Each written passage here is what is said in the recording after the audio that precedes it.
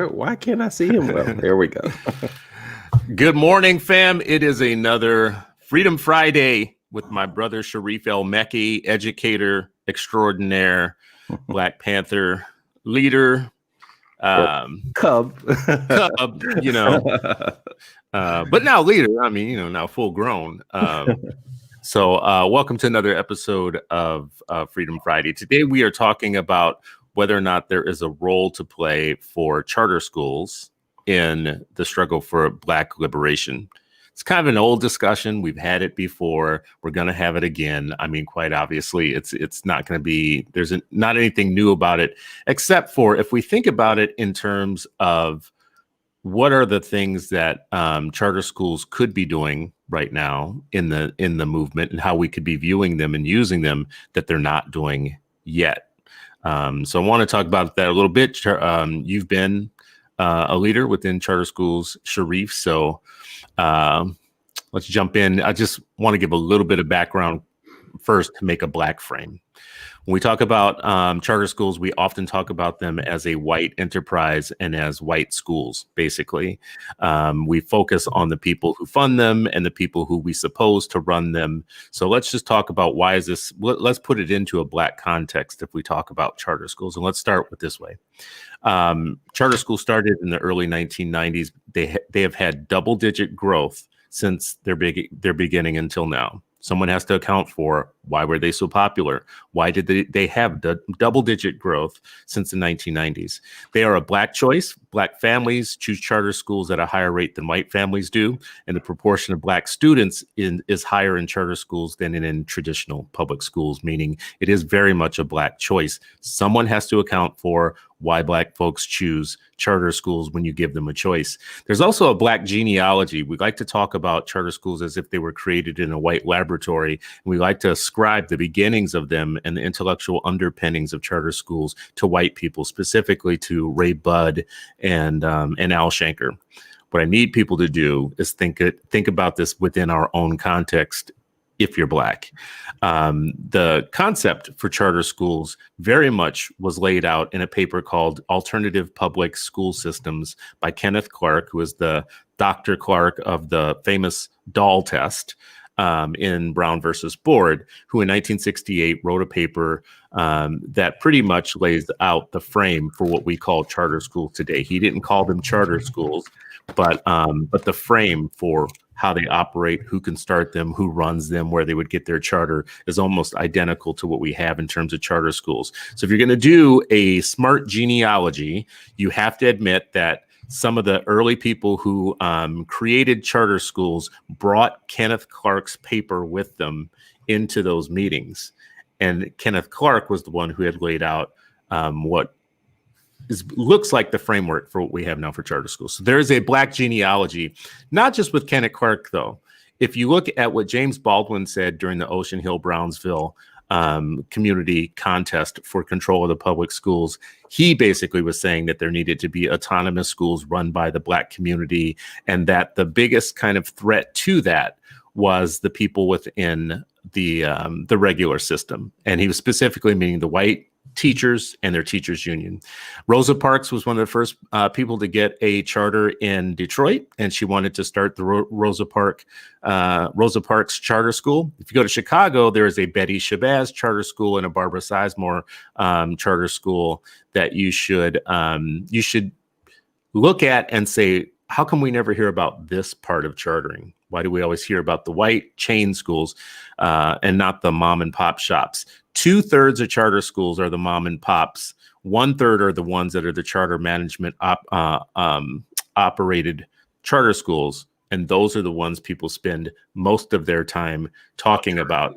Zakiya is saying, unfortunately, charter schools aren't autonomous. They're absolutely autonomous. When you talk about governments and the governance and budget and autonomy to set curriculum, they're absolutely autonomous. Black principals. Well, let's start with teachers. Charter schools are about charter schools have 35% more Black teachers, and they have Black charter school students are 50% more likely to have at least one Black teacher than their traditional public school counterparts. Charter schools have a higher percentage of Black principals than traditional public schools. One interesting fact is when Black students leave traditional public schools to choose a charter school, they choose charter schools with higher percentage of other Black students. It's kind of a quirk in the system that somebody has to explain at some point, that when you give Black families and Black students a choice, they actually choose schools that are smaller with more kids like themselves than they do within the traditional public school system. Y'all choosing to desegregate yourselves. You can hear it coming, can't you? We came to save y'all. We came to save y'all from being around your own people, your own people. Don't you know it's bad when you're with your own people? All right. So the last thing I'll say is Black performance in charter schools is shown that I don't want to get too far down this rabbit hole, because people watching, especially people with PhDs, are going to argue about whether it's more or less. The performance is equal and the same and mostly worse than traditional public schools. The first thing I'll say is it doesn't really matter, because everything I just told you is that these schools are very much in a Black image. They're Black chosen, Black supported, Black led in many cases, and created. The idea itself has its roots in Black intellectual thought. So the performance be damned. But I will say this about the performance. The kind of most notable study on it found that charter school students receive an equivalent of 40 additional days of learning growth in math and 28 days in reading compared with their traditional public school peers. People can argue about that all they want, but that's exactly what they found. Whether they did, however they did, what they found out was that Black charter schools, or that charter schools actually had the biggest impact for Black students, didn't have a good impact for white students at all. And white parents who choose charter schools still choose them, but they don't do any better. And Latino students moderately better, but Black students for sure are the ones that had the outsized performance. Okay, so starting with all of that, Brother Sharif, the question on the table is there a role for charter schools to play that is part of the Black liberation movement, the modern day Black liberation movement? You know, I would say unequivocally and absolutely yes, astounding yes. Anytime that you're saying, like, you know, does education, does pushing education, does being innovative education, does saying publicly I am accountable for what students are able to do, does that have a role in Black liberation? I would say it would be foolhardy to think otherwise.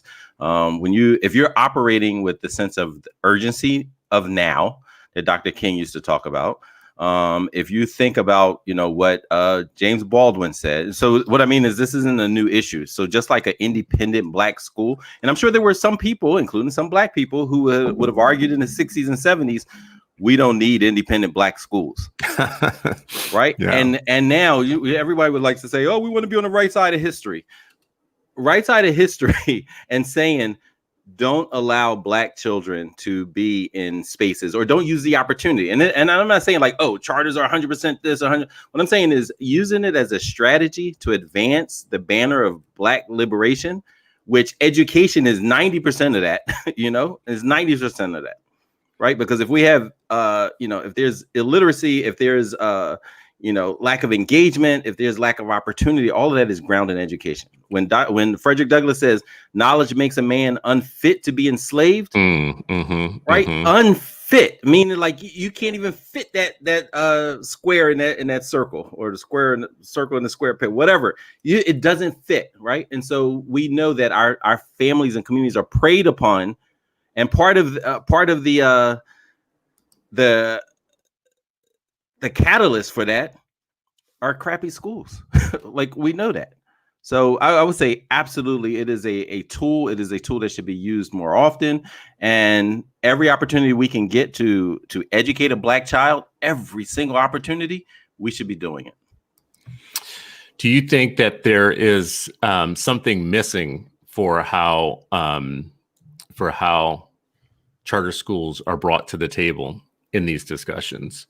Like, how come you can go to a community meeting and talk about everything from community policing to environmental racism and whatnot, and people are working on all those issues, but they're not working on autonomous Black schools as part of the strategy for educating kids. They're only working, seems to my mind, to double down on traditional public schools.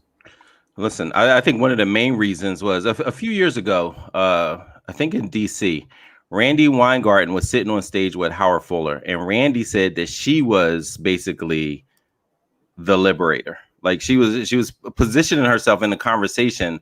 She was, it seemed to me, how I interpreted it, and how a lot of other people interpreted it, was that she was saying she was the vanguard for Black liberation. And so if she has the audacity to do that and say, I am your leader, Black folks, simply because she represents a whole lot of white women, right? And so underneath that, what is she saying? She's saying like, oh, people like Dr. Fuller, who was around, in the 60s, and who's the bridge between what people are saying civil rights or human rights to the now.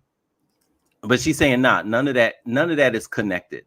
What's connected is what I bring to the table, which is massive numbers of mostly white women, right? And so when you see things like, the rallies and things like that, and you can watch like how white women in the unions position themselves sometimes as the leaders of that, right? If they can do that, then they can also say, I know what's best for your child.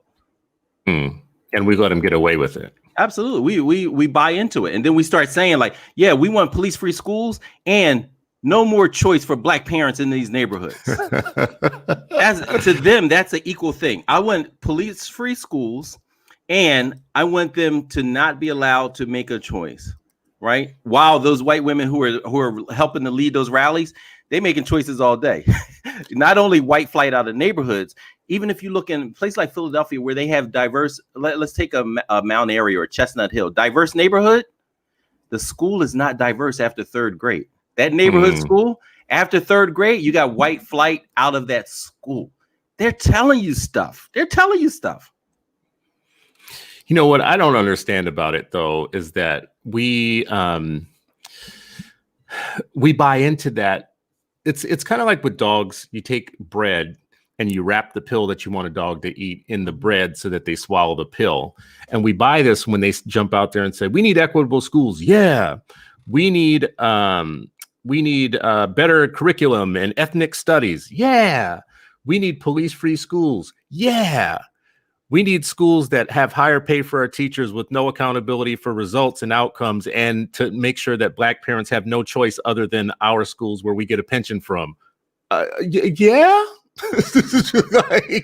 I mean, it's that last one that feels like the pill they're really trying to get you to swallow, but they wrap it in a whole bunch of social justice-y rhetoric. Yeah, that's fine. That's what people have been doing for a long time. But why do people buy it? I don't understand. Yeah, I mean, I see it over and over again. I look at just as you said, I'm looking at the list. I'm looking at the list of demands, and and of course, I was raised with 10-point platforms. So I'm all about put that on paper, number them, and do that. But then you get to the point where they're like, yeah, and no options. And it would be one thing if their kids were in those neighborhood schools that they fled from, that their parents fled from. They ain't moving back to unless they come with the bulldozers of gentrification, right? Like they don't want to be around you, but yet they're telling you certain things, right? And so I think about that when I think about, Birmingham, the letter from Birmingham jail, right? Like, talking to allies and what they're essentially saying in different ways is wait, just wait. And as Dr. King said, if Dr. King and in our community was scolding and pushing back on this idea of wait back then, but you fast forward 50 plus years now, you're trying to resurrect the idea of wait. They're like unmummifying weight, right? Like they're like, yo, take those, like, let's bring that baby back. And that's what I think it is, and when I think about weight, and again, I'm so fortunate that, all my school, in 26 years, I was only in 3 schools, right? And so I believed in community. I believed in really growing roots. My last 16 were in turnaround neighborhood schools, meaning schools that people could point to their grandparents and say, they either went here and said, this was not a good experience, or in different ways they were opting out, and I've shared about my grandparents multiple times. If so with 8 kids between my 2 grandparents, and they were poor. They found ways to get into Catholic schools. If it was a different option, that was tied to the taxes that they were already paying, they would have chosen charter schools. For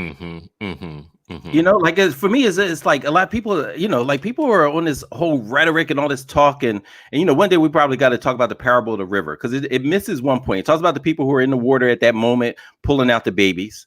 And there are people who run up the stream to figure out who's throwing the babies in, right?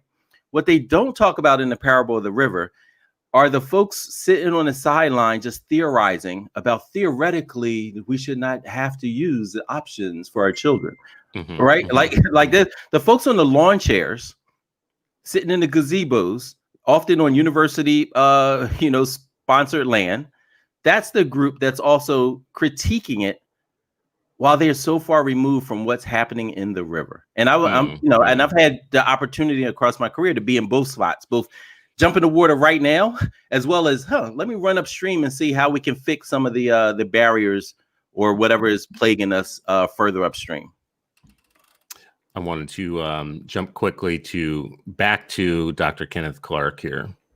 So great minds think alike. This is from a Democratic reform organization. It's talking a little bit about the genealogy of charter schools, and it goes back to what I was talking about. Kenneth Clark was a psychologist who was known mainly for doing him and his wife, Dr. Mamie Clark, doing the studies on racial identity in the Brown versus Board case. And that was the doll test, where you gave kids a choice of dolls and you asked them things like, which one's the smart one, which one's the pretty one, and all that. And there'd be a black and white doll, and not just white kids would choose the white dolls with all the positive attributes. Black kids would also choose, black little boys and girls would choose the white dolls as the more positive dolls. And sadly enough, if you give this test again now, after all of these years, you get some of the similar results to back then. So that's kind of disappointing. But what he said back then, so in 1968, he wrote that we needed, education needed, but well, let me stop for a second. By 1968, he had tired of waiting for Brown versus Board, the promise of Brown versus Board, to come true. He was done with waiting for it, and he realized that they had severely underestimated the power of white racism in systems and in schools, and that it was no longer time to wait for something, wait for people to integrate, to wait for white people to find themselves. So he wrote that we needed alternatives. Realistic, aggressive, and viable competitors to the present school system must be found. And then he said the development of such competitive public school systems will be attacked by the defenders of the present system as attempts to weaken the present system and thereby weaken, if not destroy, public education. This type of self-serving argument can be briefly and accurately disposed of by asserting and demonstrating that truly effective competition strengthens rather than weakens that which deserves to survive. Whew, I love that last part.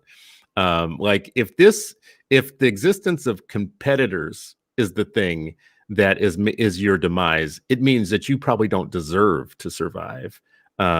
So let the games begin. That makes so much sense. And this is from a black scholar in 1968 who had already done all the analysis. Why are we still having this conversation today? And why are we not able to see what he's saying here is that the pushback from those in the current system is self-serving? I mean, it's as clear as day. I mean, I think two things. One, people sometimes forget, particularly if they go to schools, they may not realize like how whitewashed the teaching profession is. If they are, for some reason, there's a blockage in the pattern of thinking where they can know that, oh, this is Minnesota, Pennsylvania, many other places, 96% of the teachers are white. But yet they crafted the black agenda, not Kenneth Clark, Dr. K, right? Like this 96% white union or white staff, whatever, they crafted the black agenda that you want to follow instead of looking at who are people who have informed and tried to like coalesce around the Black agenda, right? And so I think it's a tremendous, like a colossal, brain fart or something, right? But it's pernicious because it's being positioned in a way that is often hypocrisy, is laden with hypocrisy, right? It's often ignores history, it ignores the facts of today, right? Like, and it ignores the conditions of our people, right? If you can ignore that and say, oh no, just wait, all more money, right? When I talk about like the 39th police district was one of the most corrupt in the history. We talked about this before that, Philadelphia Police Department, Michael Cord talked about this. Philadelphia Police Department was the first one to be sued by the federal government, and they don't care about you. So it has to be that bad.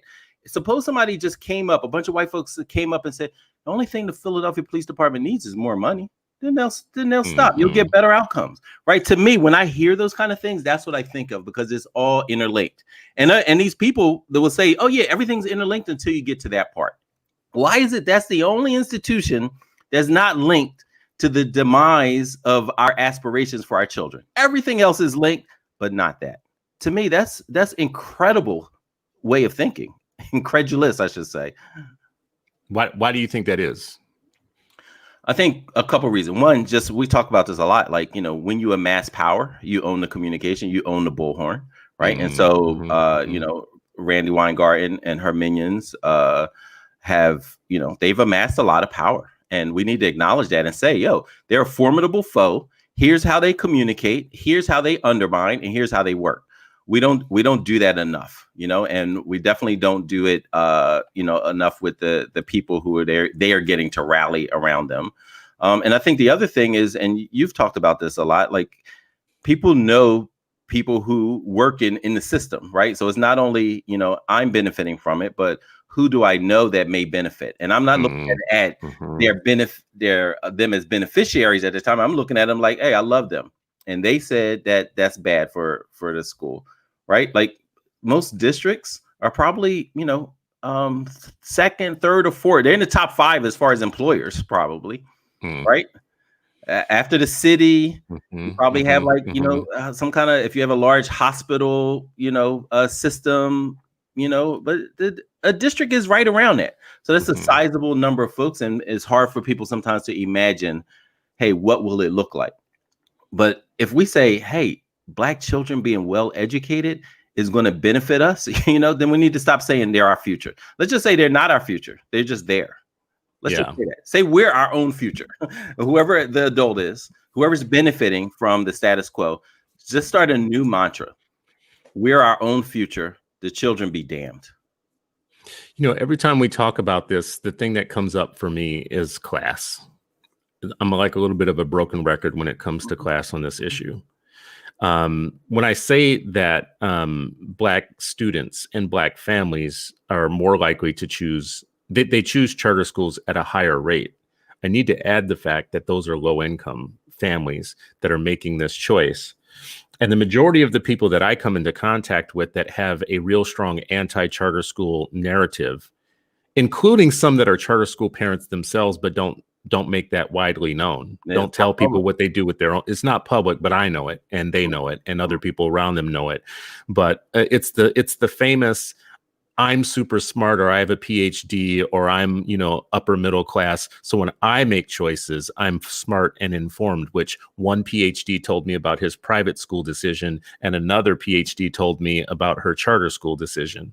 So when they make it, it's not part of their critique, but they are the first ones to jump into your timeline with an anti-charter school critique when you mention anything about charter schools. And it's all around, well, it's just it's not a panacea. It's just a thing for white people. It's just this, it's just that. But there's a conflict between their intellectual public statements and the actions of Black families who are choosing these schools every day. And it seems to be like a class war to me a little bit.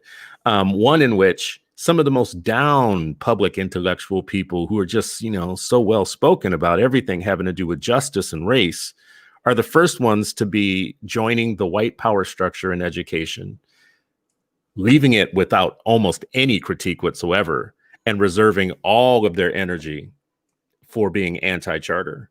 I can't get my mind around it. I literally like think the simplest thing I could say about it is it's just bougie bullshit, but it requires more of an analysis than that, I think.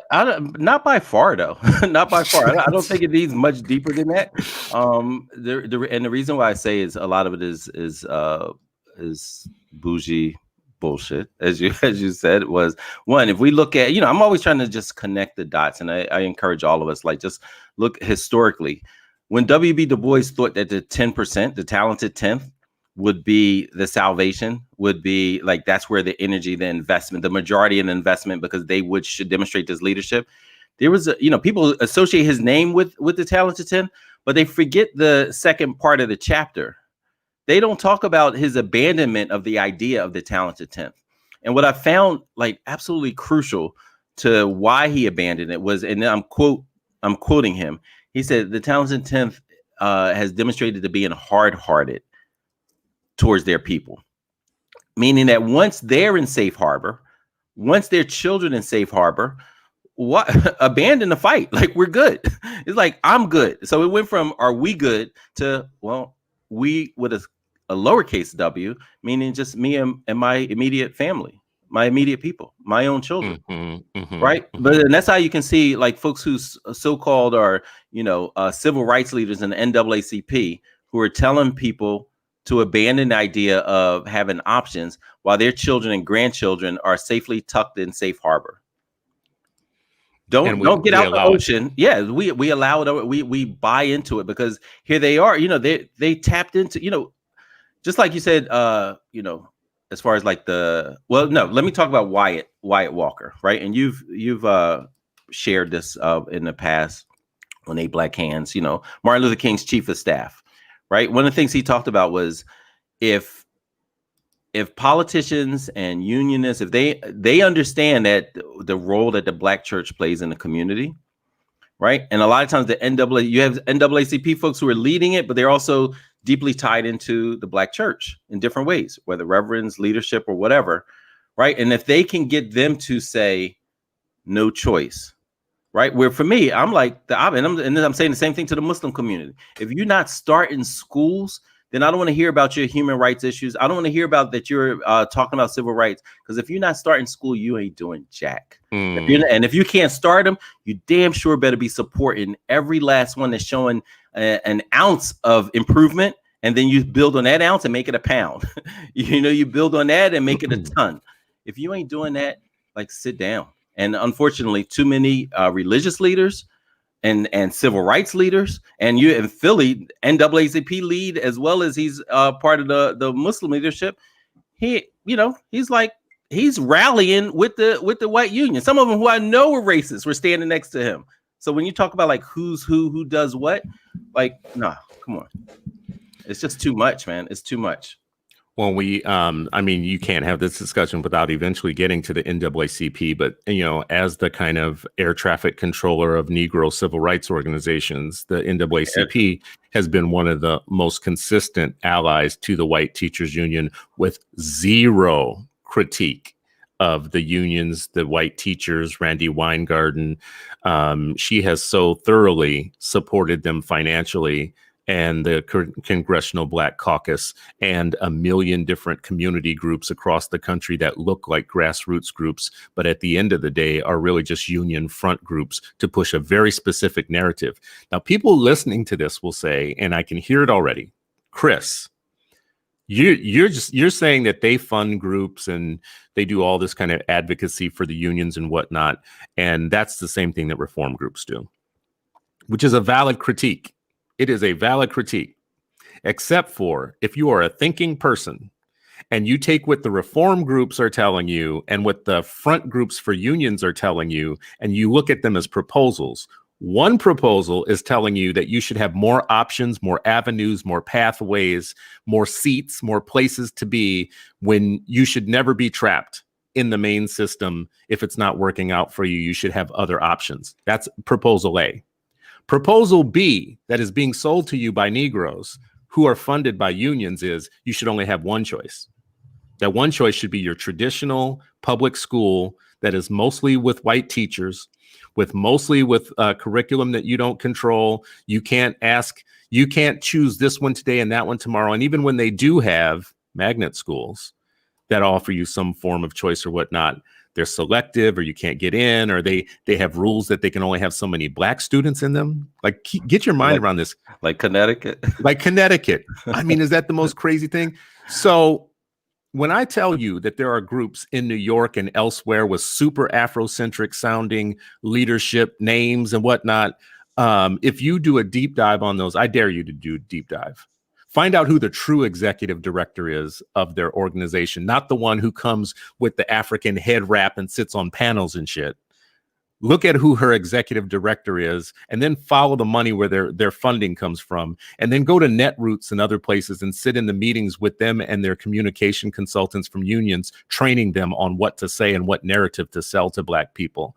And this is my problem with it. You can say reform groups do the same thing and fund the same thing. What you can't say is that the proposals that they're putting on the table are equal. If you are thinking about black liberation, how can you think about black liberation with the mandate that you have fewer choices or fewer options or fewer avenues? Where if person A isn't serving you well, you get a chance to go to person B. But person A is going to say to you, nah, bruh, you got to stay here. You don't get to get out. The middle class people get to get out of these schools. The white families get to get out of these schools. The teachers get to choose private schools at a higher rate than the general public. Everybody gets to get out of these schools except for you. And we're going to pay your Negro leadership organizations to tell you that you need to stay put in those jacked up ass schools that nobody else wants. And if anybody comes to try and offer you another option and another choice, look at them sideways. It's nefarious. It must be billionaires telling them to do that. It must be the KKK. It must be something like Milton Friedman is telling you to do that. You have to be a special kind of stupid to actually believe that. And actually, the fact that low-income black families, when you give them an option and a choice, they take it, proves to you that the black poor are smarter than the black middle class and the black bougies. They are smarter than you are. They don't sit on TV with Cornel West and sit with Bernie and talk all that nonsense that they talk. They just silently take the choices that you give them and they move. Their actions tell you what they actually believe. You don't need a poll. Their actions tell you what they believe. So you got to be a special kind of stupid sitting up on TV talking about how you should just stay put in the schools that you have. That's a rant. I'm just going to go ahead and own it. That's a rant, but that's my rant. Listen, sometimes we have to just, speak what's on our heart and speak what's in the streets, right? And so I think that accomplishes both, and I think, when you talk about like the that parent, that grandparent, that family member, that community member, they, a lot of the folks, again, that talented 10th, it's such a disconnect, like the black folks who are saying less options. The parents that I've served for the past 26 years, they haven't heard of most of them. A lot of this, this conversation is happening in this, in these circles that do not touch. When Brian Anderson says, like, the only way to serve people is be in proximity, and then we choose the people furthest away to be the spokespeople, right? Like, I don't remember, like that's what I mean. Like, when I think about like West Philly and the things that have happened, besides, somebody getting shot and the NAACP maybe coming and say, we're going to have a march, in that area. Like, I'm like, just what can the parent across the street from Shoemaker say? Oh, this is what the NAACP did last week. They can point to that charter school and say, this is what they do every single damn day. Right. And so for me, like, that's why some of it I just like ignore.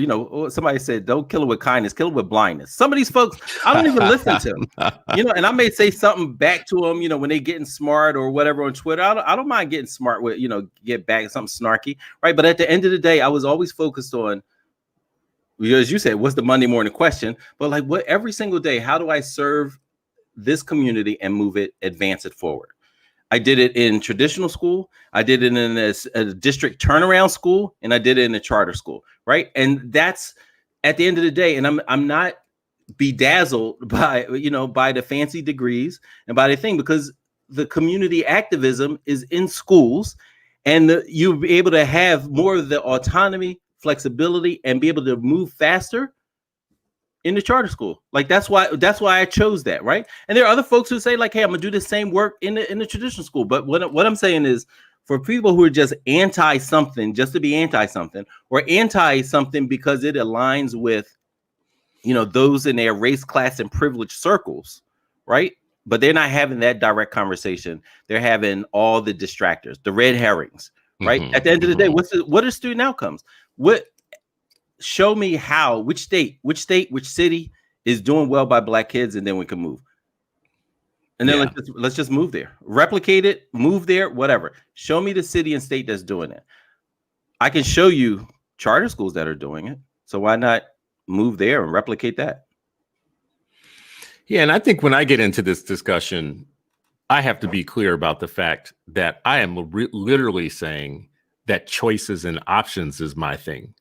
We have to fight for charter schools because they're under attack all the damn time. But I've been a supporter of charters and magnets and schools like George Hall in Alabama, which is a traditional district school with veteran regular teachers that turned itself around in like a 2-3 year period. And they did it through pedagogy. The schools in Charlotte, Mecklenburg, that took full staff plans and did school turnarounds and did it in traditional systems. I just don't want anybody taking any school kind off of. We have Black boarding schools that are doing well with kids and have been. We have Black private schools. We have white and Black private schools and other kinds of schools where Black kids are getting an education. So for me, it really is a thing about, I'm going to know, like I've learned to listen for the devil.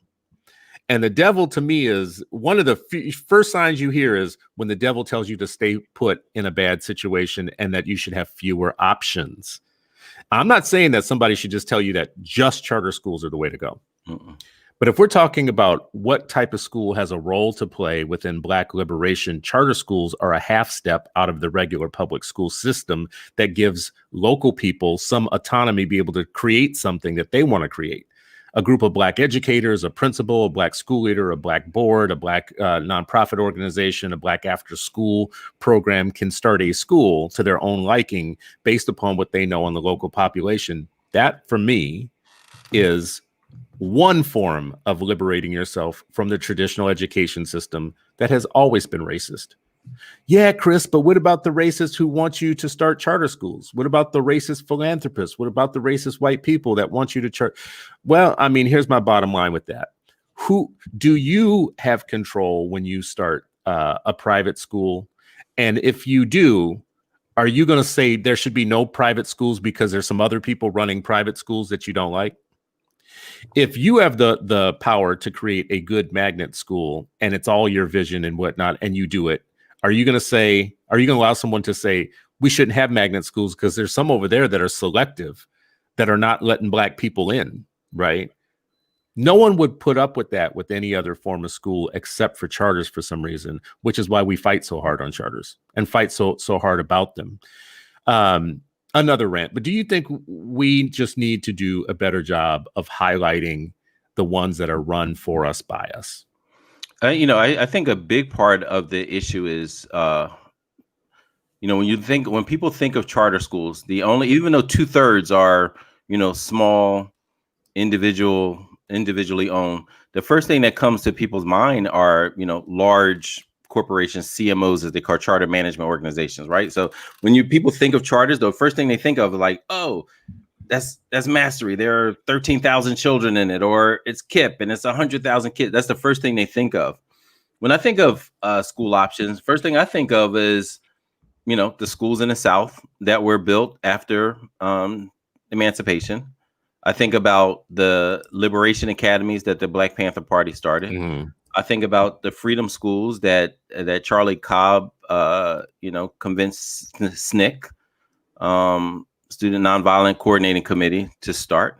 I think about the Pan-African schools, like the one I attended, and we had Mama Fasaha 1 week ago. So when I think of that type of option, right, I think those are the avenues that I start thinking of initially. I think about Dr. Aisha Imani, and Mama Renee Fluellen. I think about Harambe Institute. I think about, Sankofa. I think about these are the schools that I automatically like, how do we get more of these, right? Because how do we get, schools and options that can be a chartered school that can commit to Afrocentricity, right? Like, show me the district that's saying, hey, this is going to be a Pan-African approach to education, right? And you have the option to come. Like, that's unlikely, right? But in a chartered school, a school with a charter that's been authorized to operate to fit the needs of the community that they serve directly without all the red tape and the figuring it and the hemming and hawing, just like, no, this is what we commit to, right? And if there's an avenue, any avenue that we can say we can improve the educational outcomes and experiences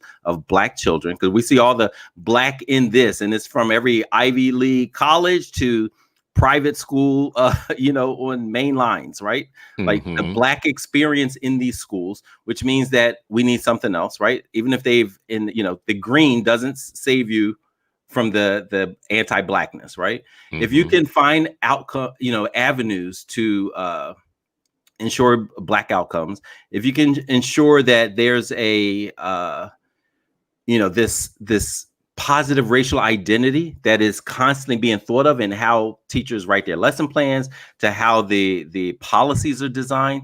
Like, let's use that. Let's find that. Let's do that. I think the options to pursue those kind of things that we know impact Black children, brown children, that's what we should be going all out of. And so anybody who just stands up and says, I'm against it, without thinking, how do we use this opportunity to move forward? They're suspect, and often, when you peel it back, they've done something very differently with their children while they're telling you to do something, right? And I'm like you, like I shouldn't have to constantly talk about charter schools. I should just be able to talk about schools. But when I keep hearing people, say, bash one type of school and being totally fine with, with all the other outcomes, then that's when I'm like, I lift my head up from my work, and then sometimes you got to fire back. Yeah, I'd much rather just fixate on my work. Yeah, and it's hard to get them to fixate on the work because there's a political narrative about this one kind of school. It's part of their, like, I call it revolutionary drag. It's like the buttons and the pins you wear on your jacket that prove and show that you're down with the right team. It has nothing to do with outcomes, with communities running their own schools or any of that. It's just, it has now become fashionable on the fashionable, the foxy left, the foxy liberals. So to be a Black liberal who's hanging with the foxy white progressives or whatnot, one of the pins you have to wear is an anti-charter school pin, and that pin is given to you by white teachers unions. Let's not mince words. That is not coming from any Black family that's telling you we don't need this. When you find actually even Black families that are on TV or whatnot talking about we don't need these damn charter schools or whatnot, I can guarantee you I know who organized them, right? I can guarantee you I know. But again, let's not argue about what Black people want. First of all, let's agree to each other that we're never going to stop Black people from having what they want. I don't care what position you play in society or what role you play or whatnot. You need to step out of the way. You could be the biggest bougie, talented 10th Negro up in the Ebony Tower, writing all kinds of shit that nobody reads if you want to. But don't ever get in the way of Black people doing what they want. And then the number two thing you have to do is judge what Black people want by what they do. So don't try and use policy to stop charter schools or to put a moratorium on them or stop their growth, because all that's really doing is trying to stop Black people from having something they want. And you know that they want it because you're trying to stop them from not even having the choice to have it. If they didn't want it, you wouldn't have to pass policies to keep them from it, right? You would never have to have a moratorium on charter schools if it was something that just was not popular with Black people. Anyways, I'm putting up this Betty Shabazz International Charter Schools up here for people to see that this is one that has been around since 1998. It's had its ups, it's had its downs, it's got a story to it. But like many schools that we never really talk about, which a lot of them are like this, they're producing something unique from their own cultural perspective for a community that they think needs it. And it's African-centered education. I just want to say personally, living in the Twin Cities, our district did have an Afrocentric academy that was a district-run, traditional public school that was an Afrocentric academy, and it ran into issues of white teachers not wanting to teach there and them not being able to find enough Black teachers, and the union being really kind of having antipathy about it, and some of the white progressives locally who pushed the integration narrative, saying that it was exclusionary to have an Afrocentric academy because it wouldn't attract white students. So thus for their choice, right? That's their choice not to go there. Come learn about the African way of life. but a couple of things that are crazy about this. So they kill it. They killed the Afrocentric Academy, and a couple of African, straight up African, not African centered, but straight up African charter schools popped up, and African American charter schools popped up and filled the void where they had left the void on that, and actually gained students by it because parents wanted that. They were after, they wanted it as an option to do it. So anyways, like, that became a thing around, if you can't do it within the district, the community is going to create it on their own, but we don't ever talk about their story. But and the other side was not a side note, because it's the undercurrent of everything. When they say we're going to shut down this Afrocentric academy, what they're basically saying is not Eurocentric, right? That's one academy that's focusing on Afrocentricity, with them either not recognizing or recognizing and wanting to maintain it, that school districts are Eurocentric. Like that's what that's what the school system is. It's Eurocentric from the teacher colleges all the way through. People like, I got all these degrees. I'm like, yeah, they all Eurocentric. Like, great, you got a bunch of degrees. So what? What is your work? What do you do? Baba Hockey says everything real takes hard work. Everything else is jive. So as soon as you start flashing things like, well, we can't have an Afrocentric academy, that's exclusionary. But we can have Eurocentric academies all over the place. We don't exclude. All of y'all should be a part of this. All of y'all should be down with this Eurocentric aspect of education. It's crazy, man. That's a great point. That's a really great point, because, when they talk about integration, they are always talking about pulling people of color into white normed schools. Yes. They're not talking about pulling white people into of color normed schools, or even global power sharing within those schools where all cultures are on the table, not just the white Western kind of way of thinking about things. So the integration thing really is a call to inclusion of us in someone else's dream. Listen. Yesterday I was listening. I got to listen to the tail end of Marco Davis and I forget the exact title. CCHI, I think.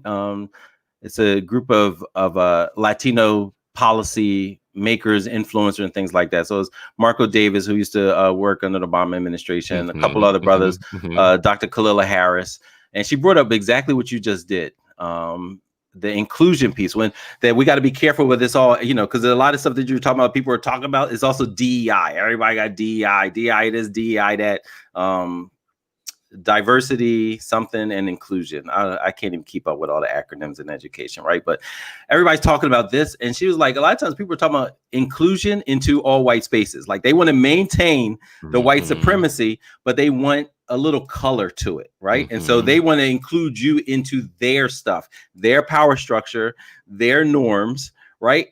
But not, hey, let's create something that's balanced and include everybody in that. They're less interested in that. They're more interested in like, yeah, we got this. Yeah, a couple of y'all can come in and I hope you feel included in our white supremacy think tank. Crazy. It's crazy out here. I mean, we should have Kalila on the show at some point. Yeah, absolutely. Because I know she disagrees with me on this charter stuff, and she works for an organization that has went back and forth on it. There was a time where they were very pro reform, and then there's a point where they're in the middle and lukewarm, and in recent years they've actually gone more towards the teachers union side of these things, which listen, that's the right, it's what I think where the smart money is for the moment. But so at some point we have to stop lying to our people. I actually just go ahead. I was just gonna say, I don't know if she disagrees about charter, like because I would say, like, she was also a commencement speaker at Shoemaker, for our graduating class at a charter, right? Like, so she was our commencement speaker. So and she's also, mentored several of our students. They had to do like, long distance informal internships and stuff like that. And she gave them the opportunity, and being with her at, in the Obama administration, I didn't hear anti-charter. What I would hear from her is a lot of the all the stuff that's in every school, right? The standing up about anti-blackness, which we can find in a lot of different schools, right? That's right. And so those are the pieces that I would hear from her. And sometimes it was almost like, what I've also heard from her is like, everybody talking about this or that. She's like, all y'all trash. Everybody needs to do better, right? so that's what at least the conversations that I've heard and had with her has been in that it's been in that vein. Well, I'll put it this way: I'm not going to name names. Yes, you should have her on. We should have her on. Yeah, there's like 3 or 4 people that I think have a similar ideology that we should bring on. I'm not going to name names, but I'm just going to say there's a good number of educated Negroes that are the first ones to jump into my timeline. Because they think I'm being too much of a zealot about charter schools. And in every single instance, I don't have any embarrassment about the amount of advocacy I have for this one particular option, because I know it's the one they won't stand up for. I know it's the one that Black people want and they won't stand up for. I know for a fact that it's not the panacea or the end all or anything, and no one has ever said that. No one even says that. So it's kind of dumb to put that in my timeline ever, because I'm not saying that. No one is saying that. What I'm saying is you're not out here putting any energy on magnet schools and traditional public schools and other forms of school choice. You just really want to go after vouchers, private schools, blah, blah, blah, and talk about, well, they don't have to practice civil rights, or they don't accept everybody, and they don't do this and whatnot. And you're so stuck in that you look for any opportunity to jump on somebody's tweet to say that. But I look through your other tweets. I don't see the same energy for any other form of school, which creates the need to defend charter schools, because Black people are running them and being employed in them and enrolling their kids in them, and you're never going to protect them and defend them.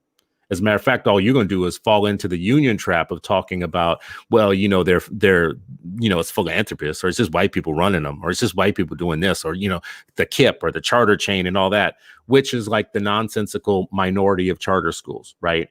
And it's not even what chartering is about. Those are like charter cartels. And you're going to follow along with the union and talking about those endlessly as if they're representative. And you're going to wash away all of the work of other people of color that are working in these schools and educating in these schools by your silence. Here's something I actually want to pop this on the screen real quick. Be a zealot, bro. Be a zealot. Yeah, listen, you got to be, if no one else is going to stand up for what Black people actually want, what they actually want. Let's just stop arguing. Let's not have any arguments. Let's just say, what do Black people want? Because whether you like it or not, or whether the test scores are where you want them to be, or whether they have the right kind of white teachers, or whether they are practicing the right kind of, restorative justice or whatever, blah, blah, blah, blah, blah. If a school's got a goddamn waiting list, shut up. Right? And listen, I don't have to like it. I don't have to put my kid in it. As a matter of fact, there's a lot of schools y'all enrolling your kids in that I would never put my kids in. Right? Some of y'all are enrolling your kids in really jacked up schools that have good playgrounds, right? And that's never going to be for me, right? But I'm not going to try and step in your way from doing something stupid, because you might think what I choose is stupid. So let's just be American. Let's be Americans. Let's stay out of each other's business and stop trying to step on one family's choice over another, and stop doing it to Black poor people because you can get away with it, because nobody gives a damn when you do this to Black white. No one is trying to stop white families from having any choice that they want, especially white families with resources and Negroes who want to be white like them and make the same choices. No one's trying to stop them from having it. You mean nobody's stopping them from going to the suburbs? Bruh, they are working together as educated, upwardly mobile, Black, brown, Asian. They have a bougie movement of people, and I always give the hard time to the Negroes. They have a bougie movement of color and foxy liberals working together to produce papers that nobody reads, that become articles that everybody reads, and it's pushing one narrative. We should have the choice to move to the good neighborhoods if we want to, and buy into the good schools if we want to, but nobody who's of color and poor should have that option. So we need to cut them off at the upstream. We need to make, before the point of sale where they can make a choice, we need to go upstream and fund all of their politicians who supposedly represent them to put up legislation that makes it so that we just build a dam. We build a dam upstream so that the choice doesn't even ever flow down to them. And then that way they don't know what they're missing. And they get to go to these starter prisons, these pension farms that we call district schools that everybody else has left and abandoned. We get to keep them there because basically at the end of the day, it's, they're just chattel. They're educational chattel, right? They're our head count. We're supposed to keep them in our schools. We're not supposed to let them go. You don't want no runaway slaves, right? Charter schools, what choice? What? No. That's runaway slavery. We can't have that. Can't have that. You know why? Because our pensions are invested in your black ass staying in that school that nobody else wants to go to. And no one is going to tell you the truth about that. That to me is what is so annoying about the charter discussion, is that you actually have to prove that charter schools are worthy academically or this or that and the other, when really they're winning in the competition against districts that don't have to prove anything. They have endless funding that will happen every year, no matter what happens, as long as they can keep your head count. They can keep you in those schools that nobody else wants to go to. I actually believe that is the most nefarious joint project between white progressives and people of color who want to be white progressives to keep the black underclass basically an underclass, an educational underclass.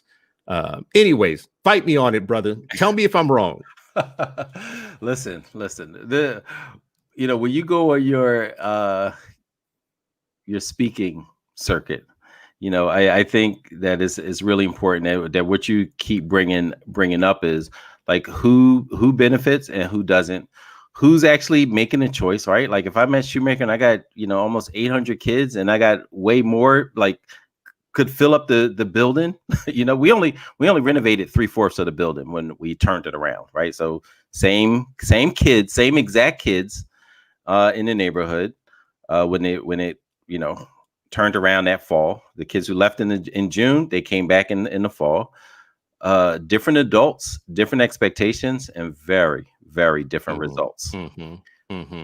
My thing is, the reason why I guess I don't get into the chart, yes, I worked in it for 11 years, but I worked in traditional for 15, right? The reason why I'm thinking, I don't always just, people, I don't think, maybe they do, like look at me as a charter zealot. I think one reason is I'm like, you could actually, if you want to, you could use that same ingredient for every school that kids are dropping out of at a 50% clip, right?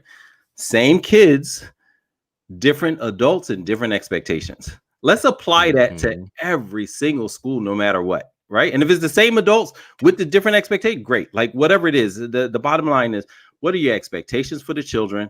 And how do you show the expectations that you have for kids? How do you even have a higher bar for yourself? And everybody talking about like high expectations for students. Have even higher expectations and accountability for the adults, both the ones that are in the school as well as the ones who are downtown or whatever your management office is, right? Like that, to me, that formula, you can have that anywhere, like any option. And if you don't, then parents should not be stuck in a place that has low expectations for kids and lower expectations for the adults that's supposed to be leading and serving them.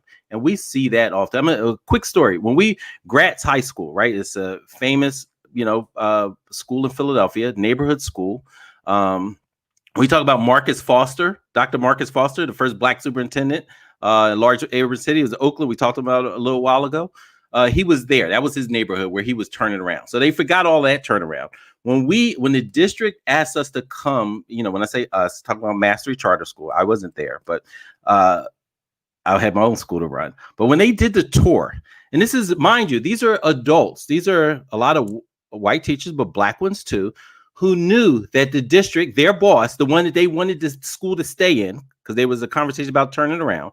So the staff, not all of them, but enough to undermine a boat. You don't need every sailor to drill a hole for the boat to sink. You only need one. Well, schools don't have one if they're doing poorly. They have a bunch.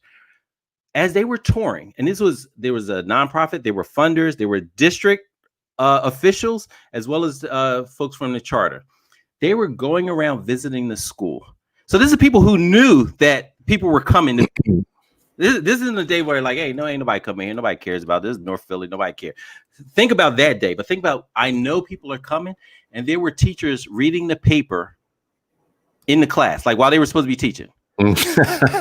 Like literally, oh yeah, I know you coming. I don't give a shit because I don't give a shit about the children who are in front of me. There were kids in the room, and this joker is up there like that. There were others, kids playing, rolling dice in the stairway, and adults that were employed in this building walking by them, not saying a word. Bro, stop it. Stop it. They'll be the same ones at the rally, at the Black Lives Matter rally, like Black Lives Matter. But black minds have never mattered to them. Black minds have never mattered to them. Right. And so they can miss me with all the foolishness. Like I see what it is. I've been a part of it. I attended these schools. Like, nah, like just shut up. Like if you ain't doing the work, if you're not figuring out how to get more opportunities, how to open more schools, classes, I don't care who you are, shut up, stay on the sidelines and let the people who are out there doing the work do the work. Just get out my way. That is the biggest point, right? Isn't it? Like, stop having something to say if you're not doing the work. Man, there's so many, like I talk about schooling all the time. I write about it, I talk about it, and I'm not in this school and I'm not running school. But what I am doing is actually putting my focus on the people who are getting the job done, are trying to do something, and I will defend them to no end. That's why I'm such a zealot.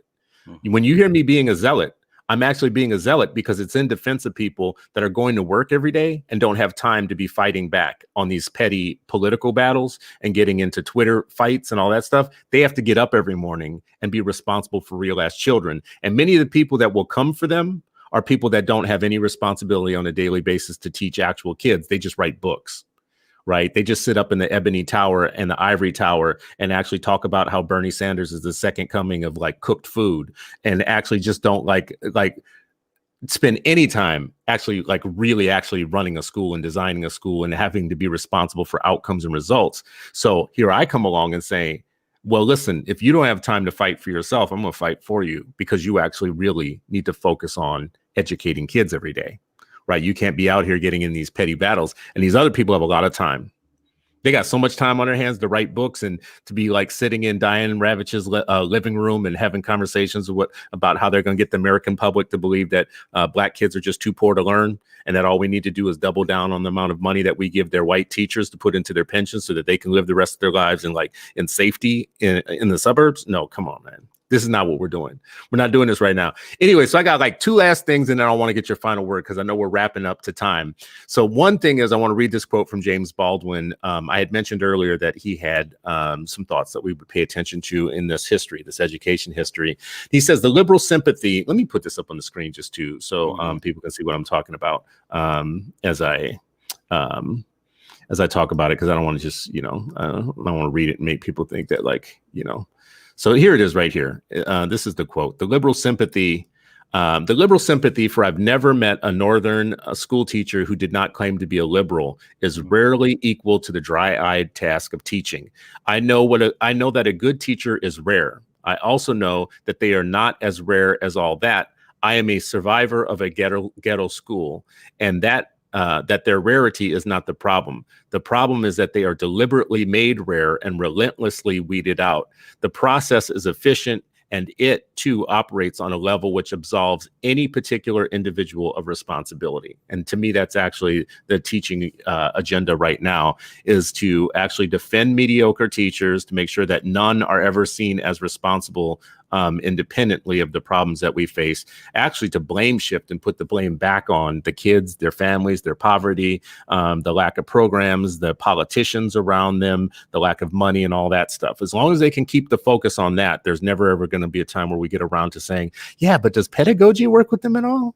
This is all well and good. Yeah, I believe poverty matters, but it's kind of weird to me, bro, that you never really talk about how you teach these kids, because it's almost as if you believe that you can't teach them, as if they can't learn. All right. So the last thing, and then I'm going to get your final words, but I'm going to get your final words on this first too, as a matter of fact, as part of it. So hold on one second. Let me remove this. We're going to share screen. Yeah, man. He said that this morning. Like he wrote that. James Baldwin wrote that this morning. Like, doesn't it sound familiar? Man, it sounds like it should be right now, doesn't it? It's crazy. Like how much stuff don't change. Okay, so here's this. Listen to this clip, and I want everybody who's listening to listen as closely as you possibly can. Oh because, yeah. This to me is crazy. Despite what some among us would like to believe, it is not because of our creative ideas. It is not because of the merit of our positions. It is not because we care about children, and it is not because we have a vision of a great public school for every child. NEA and its affiliates are effective advocates because we have power. And we have power because there are more than 3.2 million people who are willing to pay us hundreds of millions of dollars in dues each year because they believe that we are the unions that can most effectively represent them, the unions that can protect their rights and advance their interests as education employees.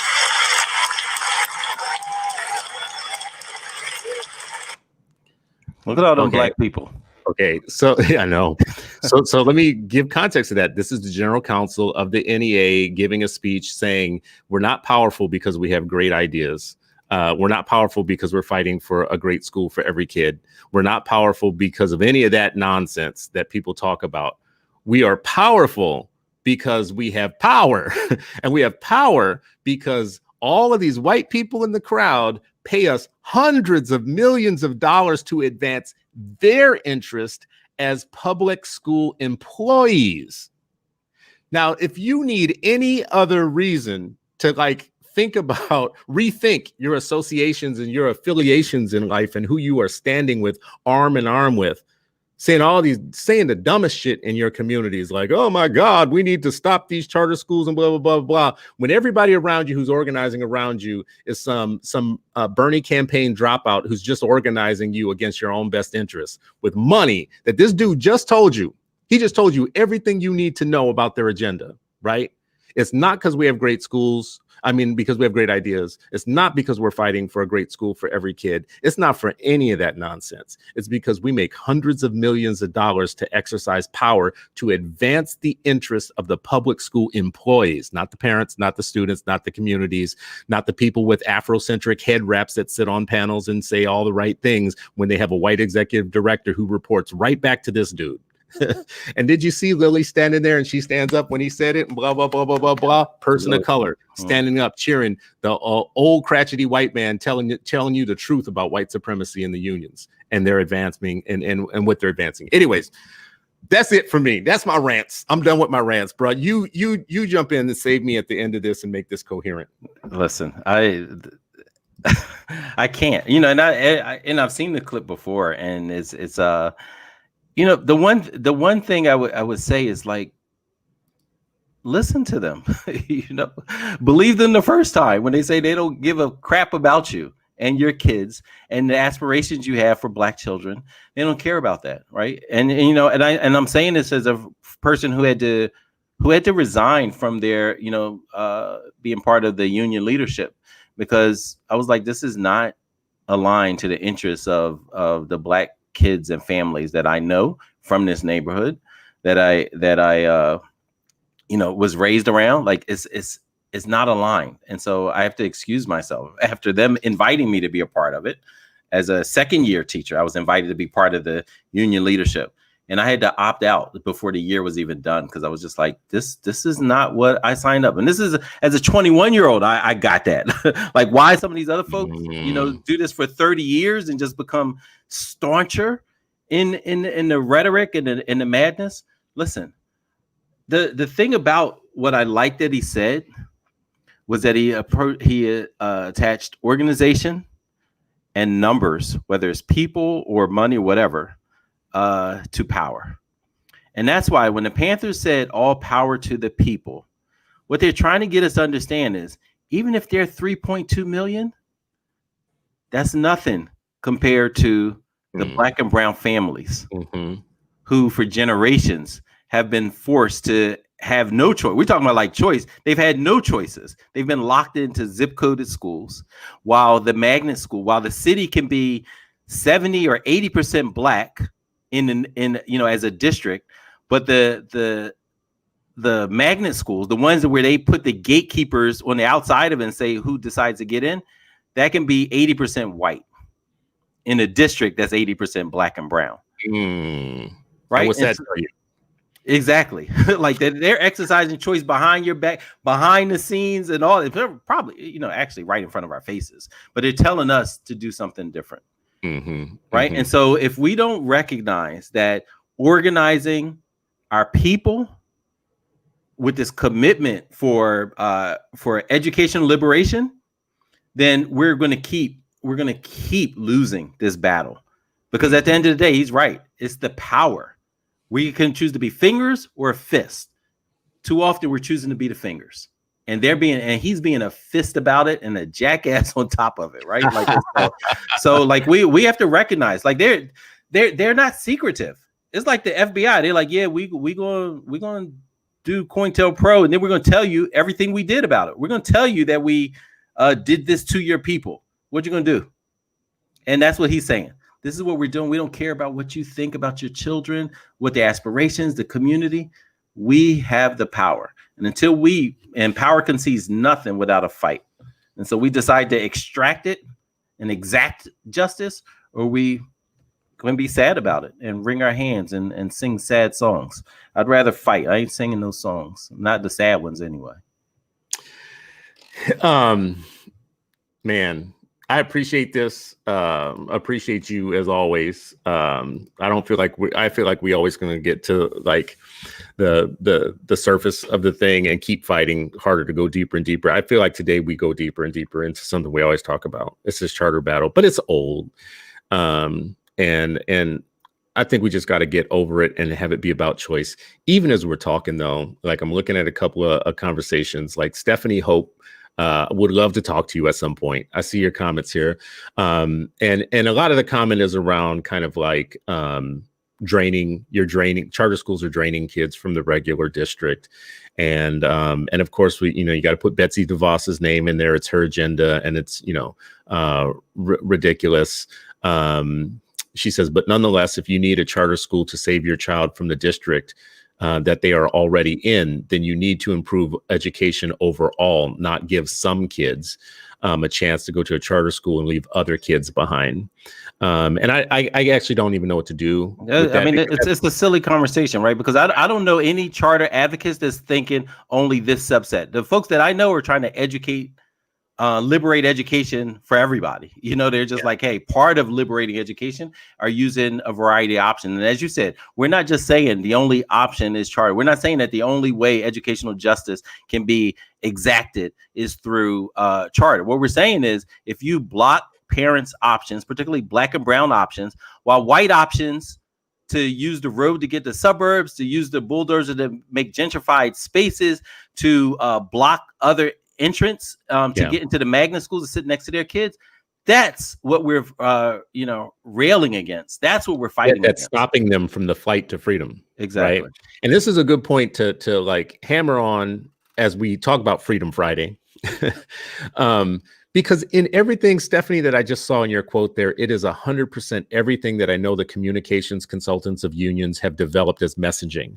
Number one, make Betsy DeVos the figurehead when we're not even talking about Betsy DeVos. I don't give a shit about what Betsy DeVos wants for her own kids. Her kids went to private school. She's doing what she's doing, blah, blah, blah. That has nothing to do with the person in Compton who is trying to get their kid into a good school. So just invoking the name, making it about that agenda, which has nothing to do with us. And here's my favorite part. When she says, if you need a charter to save your child from the school, then why not think about the kids that are left behind? That left behind thing and that making you feel like you're a selfish parent or a bad parent for getting the flight to freedom for your child and putting your kid in safe harbor, which is something that everybody else has already done for the most part. That is a unique kind of communications consultant contribution to the discussion. Make those parents feel bad. for their flight to freedom. Now, that is like going to Sojourner Truth and saying, well, you done got some people in this Underground Railroad, but what about all the other ones you left on the plantation, right? It shouldn't be about you getting flight to freedom for your handful of people, your little selfish handful of people that want to go up north and get a job and a house and live in freedom and shit, right? Stop me, man. Stop me, man. Stop me. I'm gonna stop now. Listen, I mean, and it's interesting that you bring that up. I'll just make this very small, tiny point. You know, there were people who used a type of argument against people who were thinking about escaping plantations in the South. The things they talk about, it sounds eerily familiar. They would say, they actually, bring Black people together, particularly in areas like Delaware and Maryland, DC, where it was, close to, Pennsylvania and the so-called free North, that they could still catch you and bring you back, right? Where the Fugitive Slave Act was enacted. But they would bring Black people together that were still enslaved and say, hey, I want y'all to know up north is really cold. You think it gets cold here in Maryland? Up north is really cold. You know what? Black people die of starvation. We feed you. It's cornmeal, but we feed you. So and like you don't want clothes. Yeah. And like they freeze to death up there. They freeze to death. Like every Black person who leaves, you never hear back from them. You know why you don't hear back from them? They froze to death. Right. And so there was a lot of, and they would say like, hey, the white folks up there hate you too. Listen. All that, and yes, I'm still going. Yeah, all that. Was true. And it was true. Exactly. And you know what? I'm still going because you know what? My grandkids are going to be better off if I'm up here when they're born than if I stay down here. Right. And so that's, like it ain't about just my nose. It ain't about we're talking about our future. What's best set up? And yes, I can fight for more funding for our traditional system. I can fight for more accountability for everybody. I can fight for more options, and I can do all of that at the same time. I can do all that at the same time. You can fight to abolish slavery as you're escaping to the North. Thank you. Right. As a matter of fact, when you get to the North, you might be in a better position. It might be easier to fight from up there. It might be easier. It's going to be harder when you stay in the system and let people keep profiting off of you and keep them strong and resilient in profiting off of you by just staying put. Let's just stay put.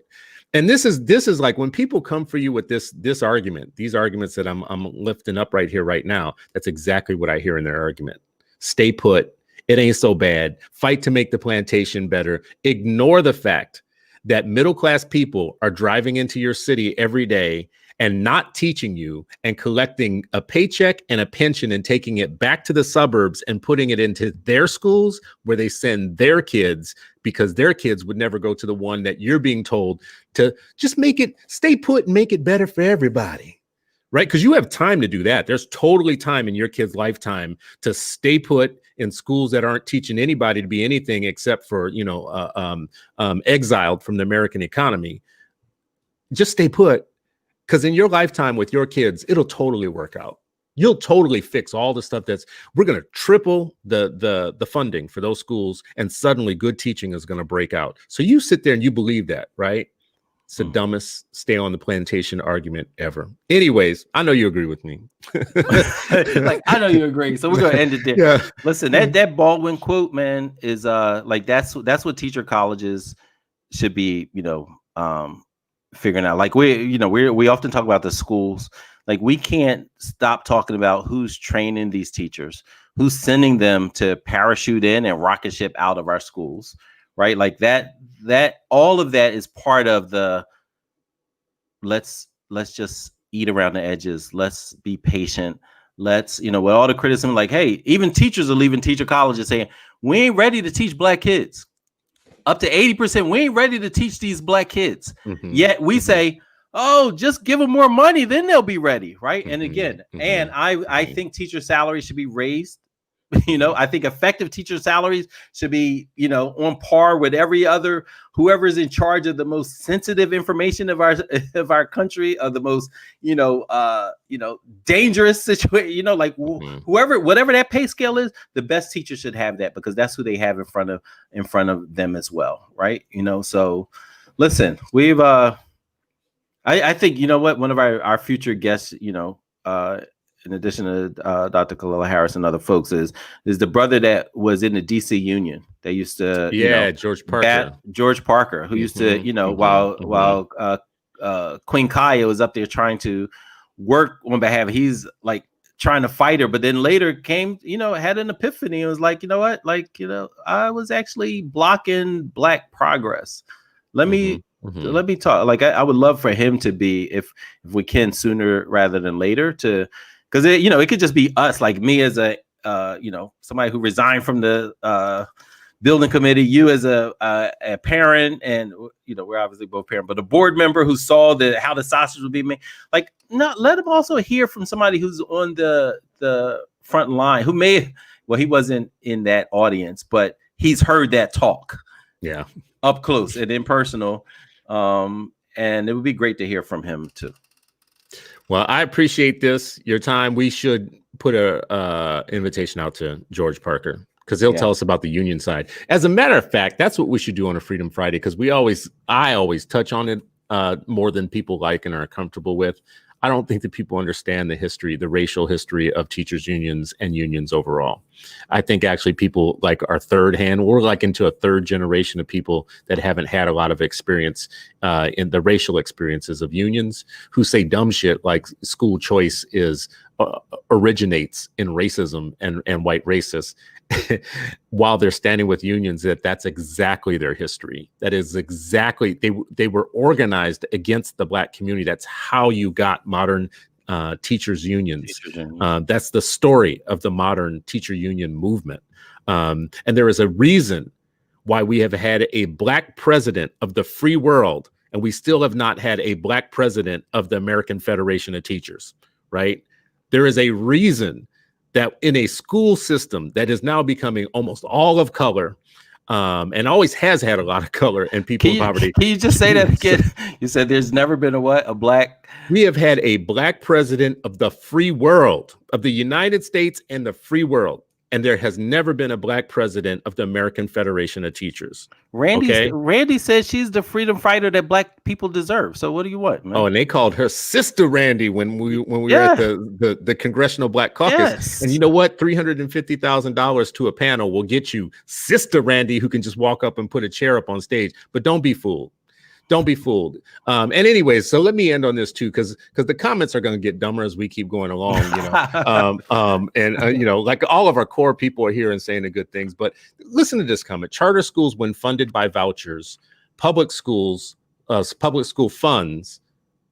Let me say this again: charter schools, when funded by vouchers, public school funds are unconstitutional. Fix the public schools. Okay. There's so many problems with that. Wrong. First of all, charter schools are not funded by vouchers. They are not unconstitutional because they, by law, are public schools, and they are made public by the law. The law is what gives you any political entity in the United States. The law does, and by law, charter schools are just a public school, a variant of public schools, like magnets or anything else is. But this is the narrative we have to fight to save our people. We have people out here saying shit like this that actually traps our people in inferior conditions. Well, listen, Lasseter, I think, coined it well. There's the White Citizens Council in Education, right? Like, and so, listen, when you get, listen, this is how lost we are. This is the last thing I'll say. We can't stop. I know we can't. But at that thing that you said, and I don't know if I told you, like, one of my students actually drew a picture of the brother from Minnesota that was being dragged out while Black folks were celebrating Sister Randy, which what was the brother name? He's from Minnesota. Activist. Rashad. Brother Rashad. Rashad Turner was being dragged out, because he had the audacity to say, Black minds matter and Black lives matter, and you can't separate them. He's being dragged out while other Black people are cheering on Sister Randy, who prior to that, while sitting on another panel with Dr. Howard Fuller, she said, "I'm the freedom fighter that y'all need."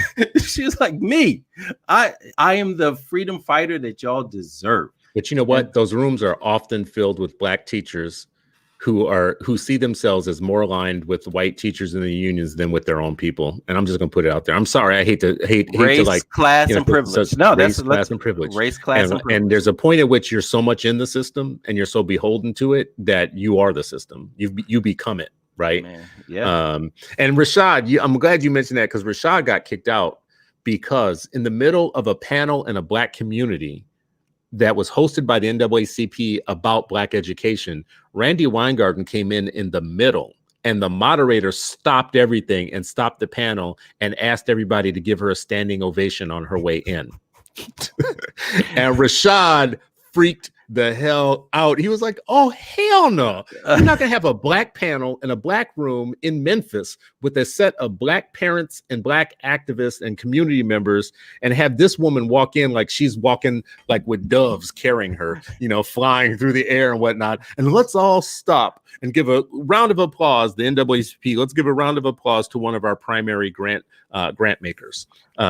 Randy, make it rain, Randy. Make it rain. Come on, give it up.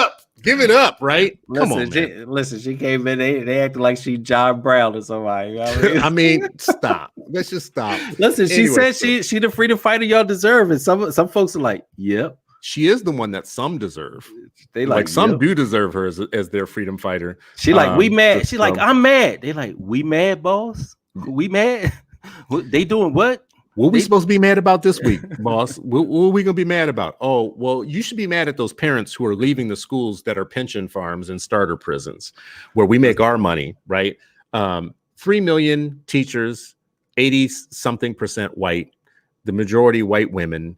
The idea that we even put of color face on that movement while we're talking about the charter movement being white, to me is just like the most ridiculous kind of gaslighting Jedi mind trick I've ever seen in my life, right?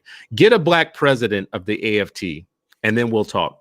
I don't want like that's going to be the salvation. And not one of those we mad boss, not one of them. Like get we mad boss. Mm-hmm. Y'all, folks who need to re-listen to Malcolm X talk about the field Negro and the house Negro, those are probably part 2. Just go listen to that. That's what was going on in Memphis that day and plenty other days. And I appreciate you. To all our listeners, our watchers, thank you for allowing us to go on. We went to 126 this time, so almost an hour and a half. I'm sorry about our run over on time, but it's an important conversation. And on Fridays, I get to have these great conversations with Shariff, and then you all with your amazing resources and messages that you put into the comments that I go back and read afterwards. And if I beat up on you a little bit for comments that you made, I am sorry. Not sorry. It's just like, we're all adults. We should be able to have an exchange of information. And this obviously is one that I'm passionate about and others are passionate about too. So as always, have a great weekend. We'll see you next week, and we'll try and plan for an even more incendiary Freedom Friday for next week. Take care. Have a great week, everybody.